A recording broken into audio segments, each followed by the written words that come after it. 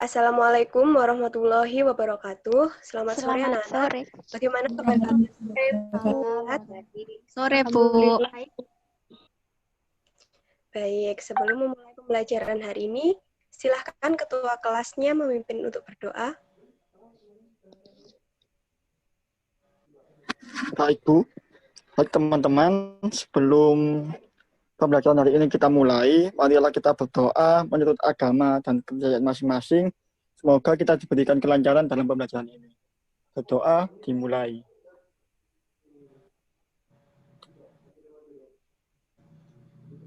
Doa selesai. Ya, hari ini siapa ya yang tidak masuk? Ada yang tidak masuk? Tidak ada semua. Kita akan mempelajari materi inti atom dan radioaktivitas. Sebelum membahas materi tersebut, apakah kalian tahu contoh pemanfaatan inti atom dan radioaktivitas dalam kehidupan sehari-hari? Ayo, siapa yang tahu? Ayo, siapa yang bisa jawab? Ayo. Saya Bu Zainal. Aja. Jadi, Ya. untuk manfaat inti atom dan radioaktivitas dalam kehidupan sehari-hari itu seperti teknologi pada nuklir, Bu. Ya, betul sekali Zainal. Nah, contoh lainnya itu dalam bidang ilmu pengetahuan, biologi itu untuk mempelajari sel-sel darah merah manusia. Nah, pada bidang ilmu kedokteran, itu untuk keperluan diagnosis dan perawatan medis. Nanti sedangkan pada ilmu kelautan, itu untuk menganalisis arus laut dan arus pantai. Nah, pada hari ini, materi yang akan kita pelajari yaitu tentang inti atom dan radioaktivitas. Kemudian nanti saya akan membagi kalian ke dalam 3 kelompok, karena di sini ada 5 poin. Nanti pembahasannya didiskusikan berdasarkan kelompok saja ya. Nanti kelompok 1 bisa membahas tentang inti atom dan radioaktivitas. Nah, sedangkan kelompok 2 nanti reaksi inti dan reaktor atom. Nanti pada kelompok 3 boleh membahas tentang pemanfaatan radioisotop dalam teknologi.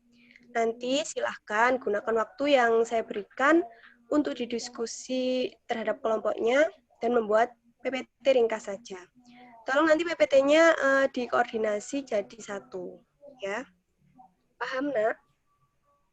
Paham, Bu. Paham, Bu. Lagi belum ya?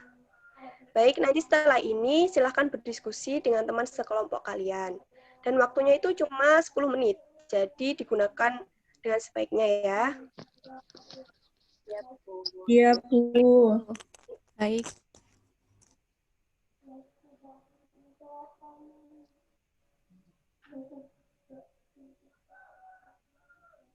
Sebentar, saya breakout dulu. Teman-teman, gimana nih soalnya? Bentar. Ini soalnya yang soal latihan kan? Pelan banget suaranya. Oh iya, Kak. Ya, ini kelompok 3 ya. Iya, Benar. Bu. Ya, sampai Iya, Bu. sampai mana nah diskusinya?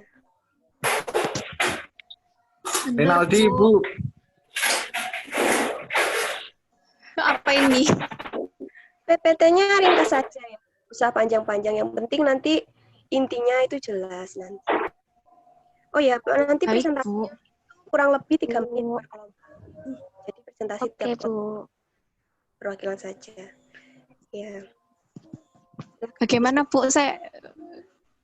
Ya. Mohon maaf, Bu, saya ingin bertanya. Berarti nanti diskusinya satu kelompok saja? Presentasinya? Itu perwakilan. Jadi nanti setiap Oh, kelompok. begitu. Gitu. Oke, Bu, Silakan, terima kasih. Ya.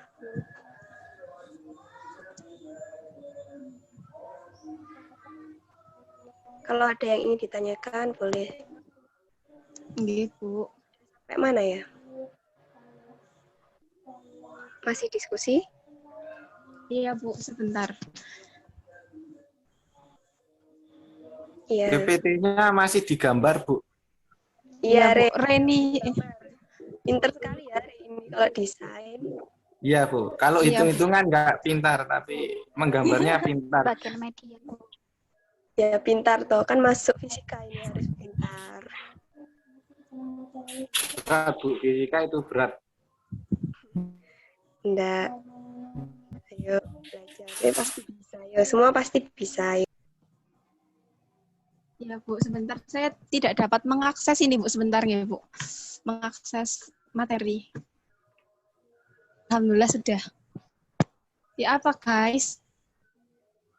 Inti atom itu ternyata ada proton dan neutron loh, guys. Halo. Halo? Iya. Siapa ini? Iya.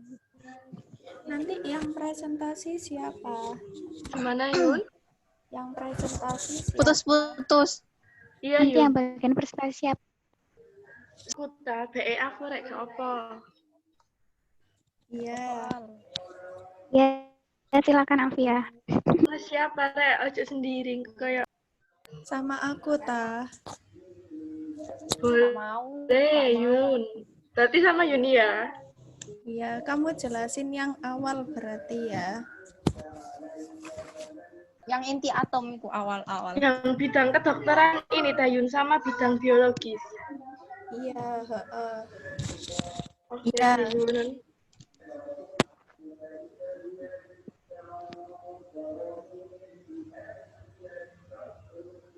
Sudah jadi ta PPT-nya. Re, Halo? PPT-nya sudah jadi tare. PPT-nya wis jadi ta. Belum, tinggal kurang mewarnai. Iya, Re. Hei, ore kurang 3 menit. Ayo semangat. Semangat, semangat, Re. Semangat. Semangat. Bidang kedokteran, hidrologi, sama biologis berarti. Sik biji Yun. Iya Yun. Ya udah, aku yang pertanyaan industri sama arkeologi. TC 99. Ini sudah selesai diskusinya tadi. Sudah, Bu. Ya, Ibu. Ya, nanti kalau sudah selesai, kan sudah dikoordinasi ya PPT-nya tadi.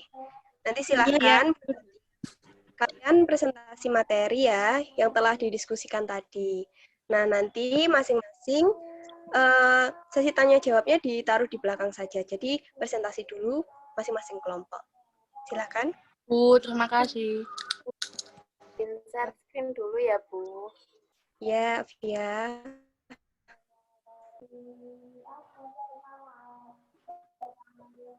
Ya, kelompok 1 siapa? Silakan. Ya, saya Ibu. Ya, Melinda. Assalamualaikum warahmatullahi wabarakatuh. Waalaikumsalam warahmatullahi wabarakatuh. Kami dari kelompok 1 yang beranggotakan Melinda Cahyaningrum, kemudian Putri Fatehah, yang ketiga Irma Tridiana, yang keempat Zahra, yang kelima Suryo Hadi, yang keenam Rizka, yang ketujuh Juriah, yang kedelapan Berliana, 9 Benedikta, 10 Leo, dan 11 Septi. Next. Jadi hasil diskusi kami tadi, inti atom. Pada dasarnya inti atom tersusun atas proton dan neutron. Proton yaitu partikel yang bermuatan positif dengan massa 1 satuan massa atom. Kemudian neutron yaitu merupakan partikel tak bermuatan atau netral dengan massa 1 satuan massa atom. Jadi massa suatu atom terkonsentrasi pada inti atom. Kemudian dapat dilihat secara umum lambang atom yang dituliskan.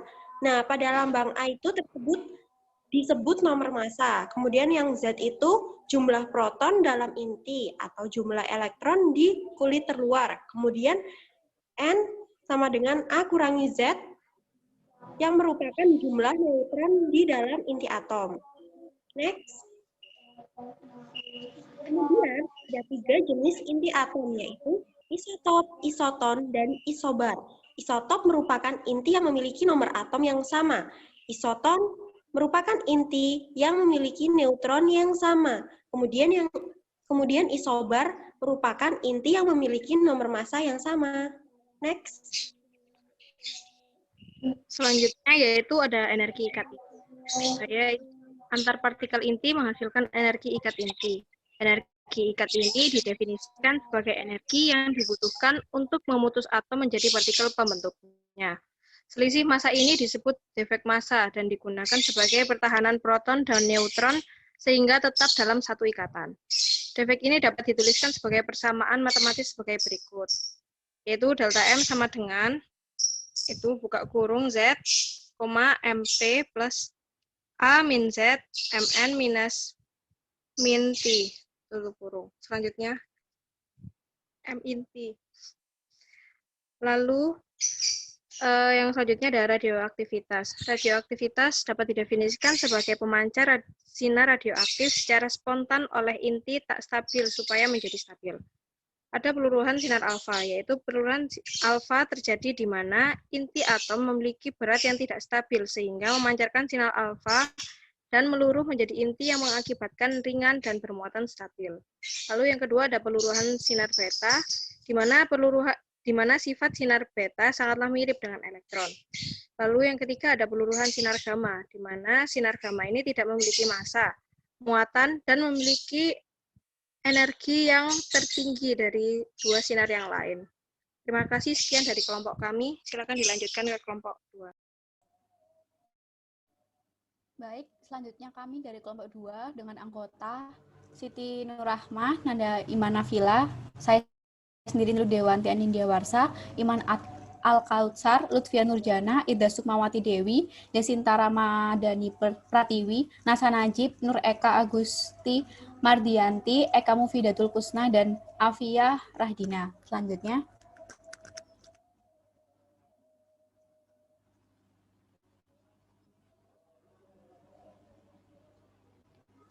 Berdasarkan hasil diskusi yang telah kami lakukan, yaitu membahas tentang reaksi inti.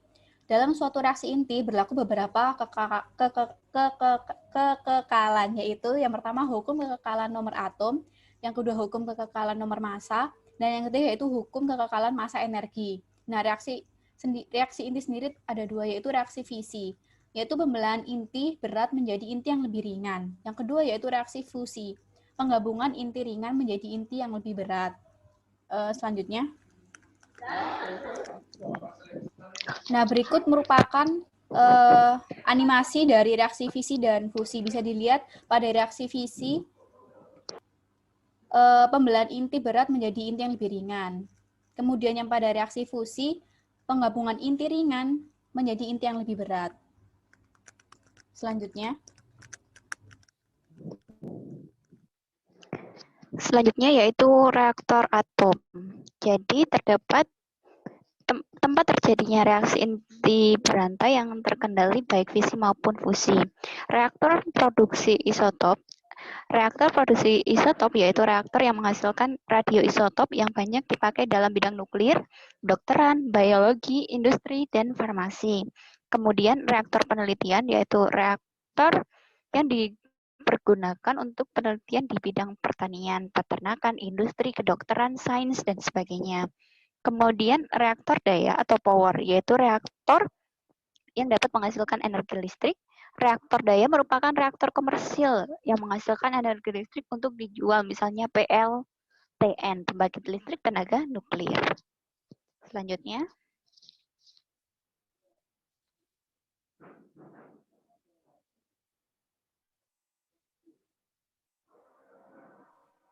Ya, kelompok 3, siapa yang presentasi? Silakan. Saya Bu, sama Nur Wahyuni. Assalamualaikum warahmatullahi wabarakatuh. Kami perwakilan dari kelompok 3, yaitu saya, Siti Alfia, dan Nur Wahyuni akan menjelaskan mengenai pemanfaatan radioisotop dalam beberapa bidang di kehidupan sehari-hari. Nah, untuk pemanfaatan yang pertama yaitu pada bidang kedokteran, yaitu pada TC99 dan TI201 untuk mendeteksi kerusakan jantung, di mana TC99 ini disuntikkan ke dalam pembuluh darah, kemudian diserap oleh jaringan yang rusak pada organ tertentu.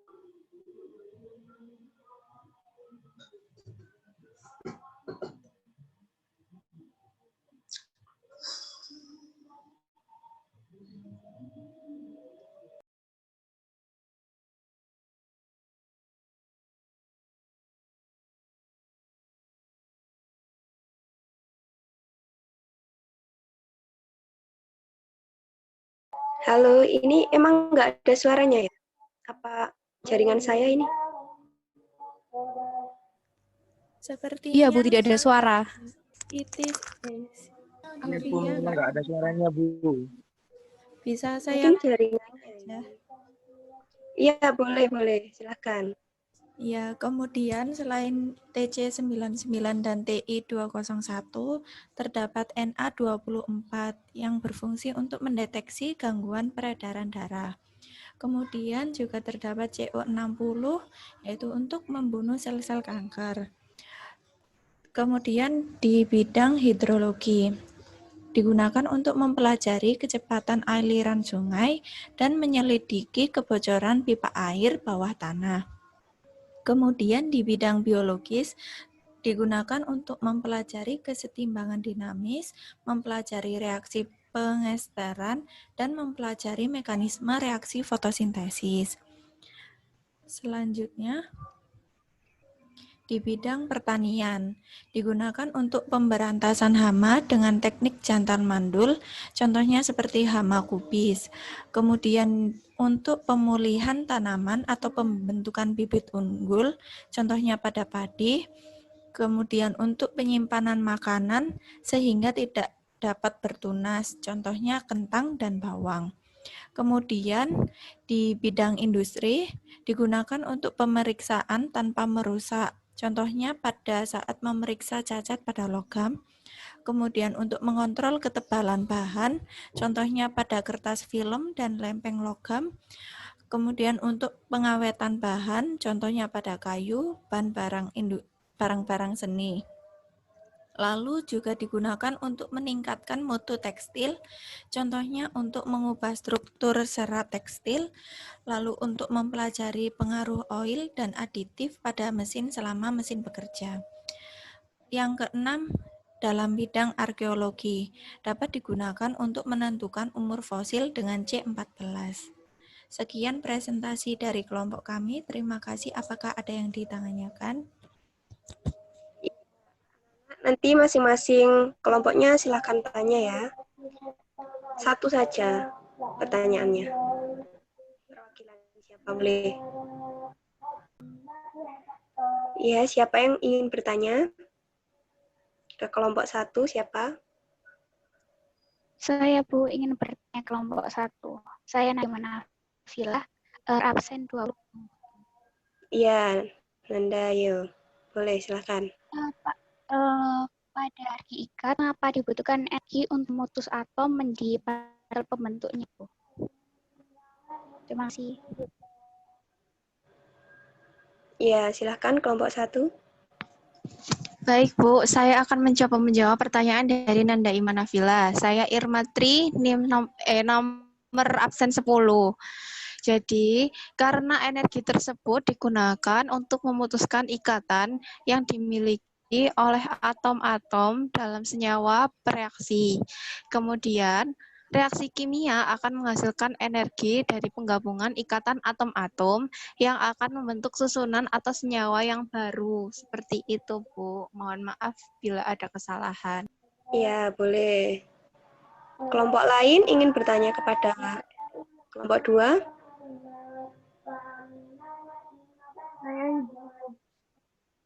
Oh iya, Naba, silahkan. Saya Naba hendak bertanya, apakah reaktor mempunyai bagian pokok? Terima kasih. Ya, kelompok 2 boleh menjawab atau masih berdiskusi? Saya Desinta dari kelompok 2 ingin menjawab pertanyaan dari teman saya, Naba. Reaktor atom itu mempunyai 5 bagian pokok, yaitu yang pertama elemen bahan bakar. Terdapat dalam reaktor yaitu bahan bakar reaktor atom yang berupa batang-batang tipis uranium. Yang kedua moderator neutron, yaitu material misalnya air, grafit, deuterium oksida, berilium yang memperlambat kelajuan neutron. Yang ketiga, batang kendali, yaitu peralatan untuk menjaga agar reaktor tetap bekerja normal. Kemudian yang keempat, pendingin. Adalah materi misalnya seperti air, karbon dioksida, yang digunakan untuk memindahkan kalor dari reaktor. Dan yang kelima, perisai radiasi, yaitu peralatan untuk melengkapi reaktor agar radiasinya tidak menjalar kemana-mana. Seperti itu. Bagus. Ada yang tanya ke kelompok 3? Permisi Ibu, saya Putri NIM 06 ingin bertanya ke kelompok 3. Ya, Putri, silakan. Ada bidang kedokteran yang tadi sudah dijelaskan, apakah ada contoh lain? Karena yang saya tahu ada beberapa contoh yang lain yang menunjukkan radioisotop. Terima kasih. Ya, silakan kelompok 3 perwakilan. Saya Ibu, saya Nanda, absen 19, mewakili kelompok 3. Ingin menjawab pertanyaan dari Putri. Setelah saya cari, ternyata ada tambahan lagi, yaitu yang pertama iodin 123. Digunakan untuk mendeteksi penyakit otak atau untuk mengetahui gangguan ginjal. Selanjutnya karbon 14, C14 digunakan untuk mencari ketidaknormalan pada diabetes dan anemia. Terima kasih. Ya, baik. Di sini saya ingin mengetahui seberapa paham kalian tentang materi yang kita pelajari hari ini. Nah, saya akan mengirim soal ke Google Classroom. Nanti silahkan kalian kerjakan, waktunya cuma 5 menit. Saya harap nanti dijawab semua ya. Ya, Bu. Ibu, kan dikerjakan dulu ke Google Classroom ya.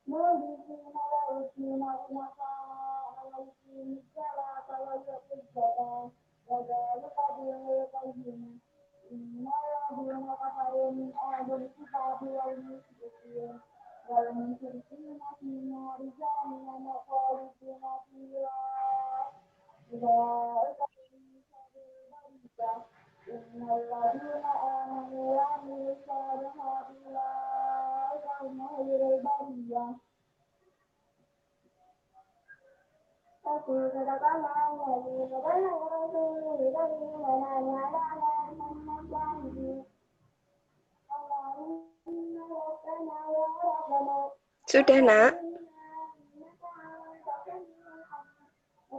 Masih fokus, Bu. Iya, Bu.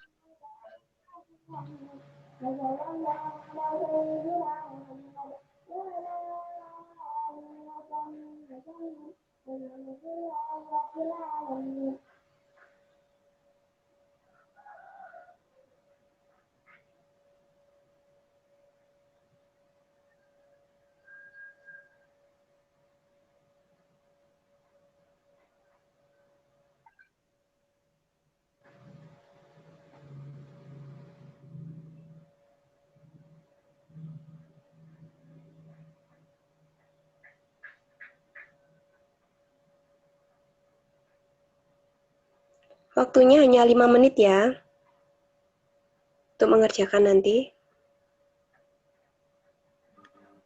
Ya, Bu.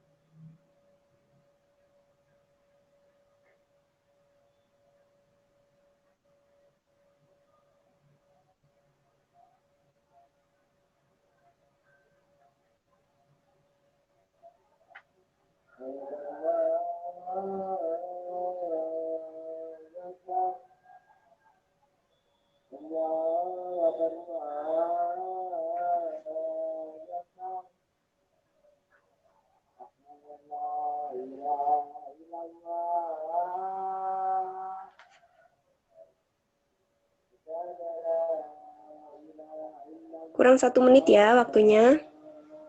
Silahkan dikoreksi lagi untuk mengerjakan.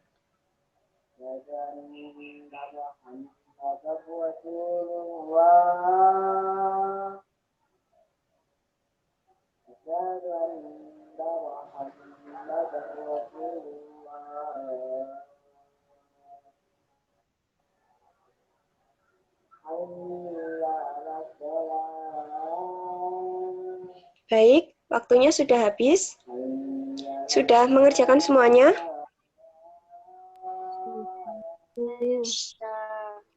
Saya sudah, Bu. Sudah, Bu. Ya, Ibu. Ya, baiklah. Di sini saya akan mencoba menjelaskan kembali tentang materi inti atom dan radioaktivitas hari ini. Ya, mohon share screen. Ya, ya. Baik. Hari ini kita mempelajari tentang inti atom dan radioaktivitas. Nah, di sini teknologi nuklir merupakan energi masa depan yang harus diperhatikan dan dikembangkan mulai dari sekarang. Energi dan limbah yang dikeluarkan harus dikembangkan dan dikelola dengan baik agar meminimalisir efek yang ditimbulkan sehingga tidak berbahaya bagi manusia. Selanjutnya, nah di sini peta konsepnya terlihat ya. Yang kita tadi mempelajari tentang inti atom, energi ikat inti, radioaktif, radiasi radioaktif, aktivitas inti, reaksi inti, dan juga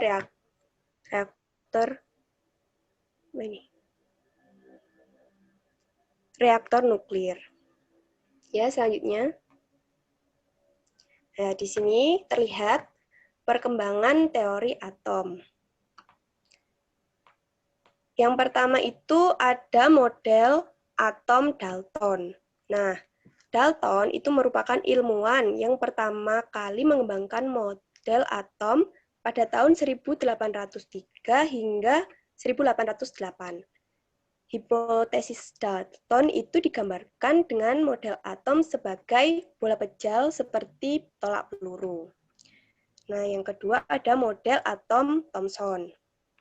Nah, si Thomson ini menggambarkan atom seperti bola roti dengan taburan kismis.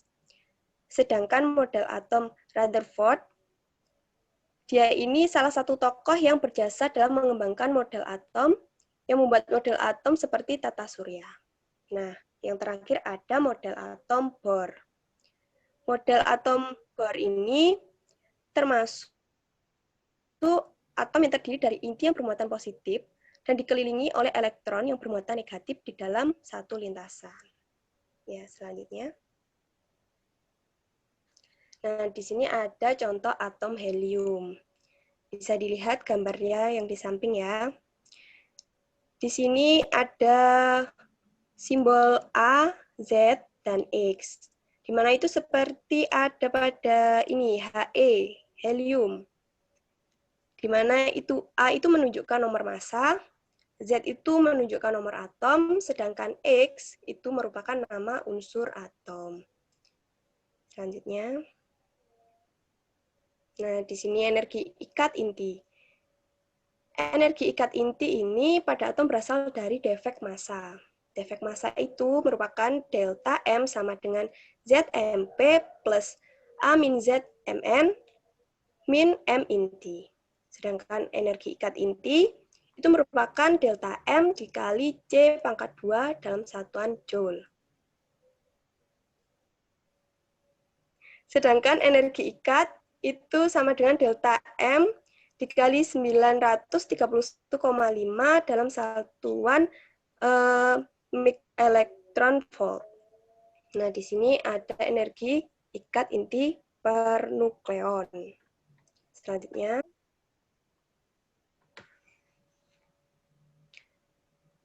Pada radioaktivitas, peristiwa inti atom berubah menjadi inti atom baru yang terjadi secara spontan yang disertai pancaran sinar tertentu. Di sini maksudnya transmutasi inti itu adalah peristiwa menembak suatu inti dengan partikel lain. Unsur radioaktif itu merupakan unsur yang meluruh, sedangkan sinar radioaktif merupakan sinar yang dipancarkan.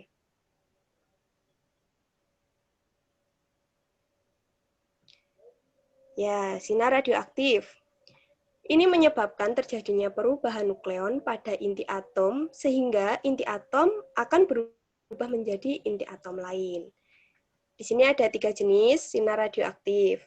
Ada alfa, beta, dan juga gamma. Ya, di mana sinar alfa ini dapat dihentikan dengan selembar kertas. Sedangkan sinar beta itu sebagian besar tidak dapat menembus lempeng aluminium. Pada sinar gamma, sebagian besar dapat dihentikan dengan lempeng tebal logam tertentu, misalnya timbal. Selanjutnya, aktivitas inti radioaktif. Laju perubahan inti atom radioaktif yang meluruh tiap satu satuan waktu disebut aktivitas inti yang besarnya tidak dipengaruhi oleh faktor luar. Dapat dinyatakan dalam persamaan seperti ini ya, Nak. Di mana R sama dengan tetapan peluruhan dikali jumlah inti atom yang tinggal. Di mana R juga bisa negatif dN per dt. Selanjutnya, waktu paruh. Waktu paruh ini diperlukan untuk radioaktif meluruh sehingga unsur radioaktif yang belum meluruh tinggal separuh dari jumlah unsur radioaktif mula-mula. Inti atom yang tinggal dibandingkan dengan jumlah inti atom radioaktif mula-mula dapat ditulis sebagai rumus di bawah ini ya.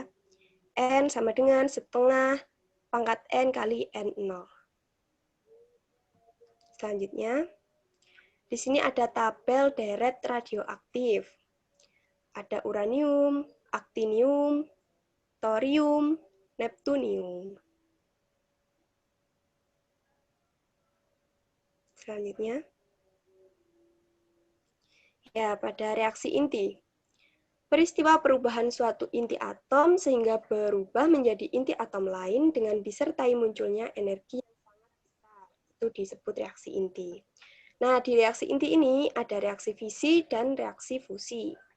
Seperti pada kelompok yang sebelumnya tadi juga ditampilkan juga gambar seperti ini ya. Bagus tadi kelompok berapa tadi? 2. Ya. Selanjutnya. Ya, reaktor atom. Reaktor atom ini itu merupakan tempat terjadinya reaksi berantai yang menyangkut reaksi fisi yang terkendali. Reaktor atom ini itu ada reaktor produksi isotop, reaktor penelitian, reaktor daya atau power. Selanjutnya. Ya, ada pemanfaatan seperti yang dibilang Zainal tadi. Ini itu pemanfaatan dari inti atom dan radioaktivitas ya. Ilustrasi ini PLTN. PLTN itu apa, Nak? Pembangkit listrik tenaga nuklir. Di sini ada komponen kondenser, containment structure, generator, turbin, dan juga ini akan disalurkan kepada listrik rumah-rumah atau yang kita pakai sehari-hari. Di sini kenapa kok ada kondenser? Ini itu untuk pendingin atau supaya tidak terjadi panas yang berlebihan sehingga dapat menyebabkan ledakan seperti itu, ledakan nuklir seperti itu. Ya, di sini itu PLTN itu termasuk yang sangat minim tentang emisi pencemarannya ya, daripada pembangkit listrik tenaga fosil. Sudah ada beberapa penelitian juga yang meneliti tentang PLTN ini. Sebenarnya di Indonesia itu sudah ada 3 tempat kalau tidak salah ya. Nanti kalian juga bisa melihat di video-video di YouTube dan juga di Google Classroom sudah saya share tadi videonya. Boleh di Ya, selanjutnya. Nah, di sini pemanfaatan radioisotop dalam teknologi. Pada bidang ilmu pengetahuan biologi, untuk mempelajari umur sel-sel darah merah manusia. Pada bidang ilmu kelautan, untuk menganalisis arus laut dan arus pantai. Nah, sedangkan ilmu kedokteran itu untuk keperluan diagnosis dan perawatan medis. Begitu.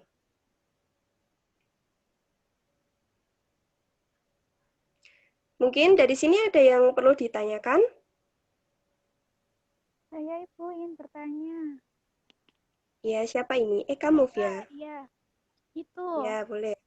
Eka absen 8. Lah dari ketiga unsur tadi, kan kira-kira partikel radioaktif yang paling berat yang dipancarkan itu apa ya, Ibu? Terima kasih. Ya, baik. Jadi begini, partikel yang paling berat yang dipancarkan oleh unsur radioaktif itu merupakan sinar gamma ya, yang tadi sinar gamma, di mana sinar gamma itu dihasilkan oleh inti-inti atom, di mana hal ini tuh menyebabkan nomor atom berkurang 2, sedangkan nomor massa berkurang 4. Begitu, seperti pada PPT nanti boleh saya share juga, boleh dilihat lebih. Baik Ibu, Bagaimana? terima kasih atas penjelasannya. Ya, sama-sama. Baik, pembelajaran hari ini sudah cukup bagus ya. Menurut saya semua siswa itu turut aktif dalam pembelajaran. Nanti setelah ini saya akan menampilkan hasil nilai kuis yang sudah saya share tadi. Oke, saya lihat dulu. Siapa yang nilainya tertinggi?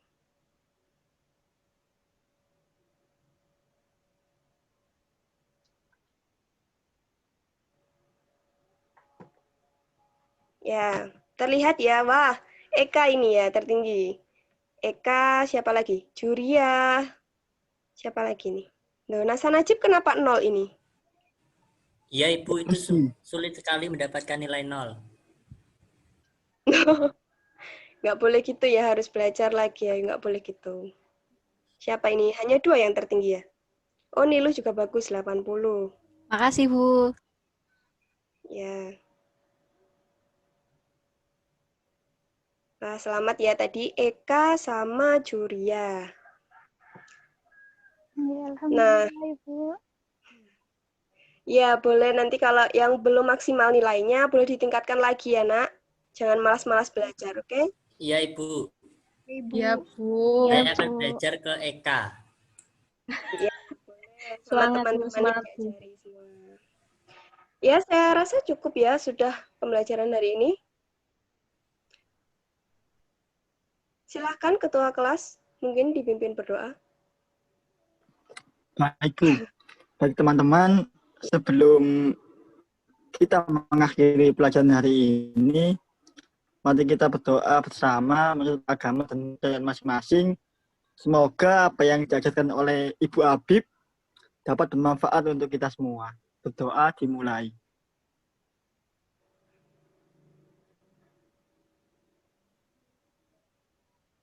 Amin. Doa selesai. Ya, baik. Terima kasih Zainal sudah dipimpin.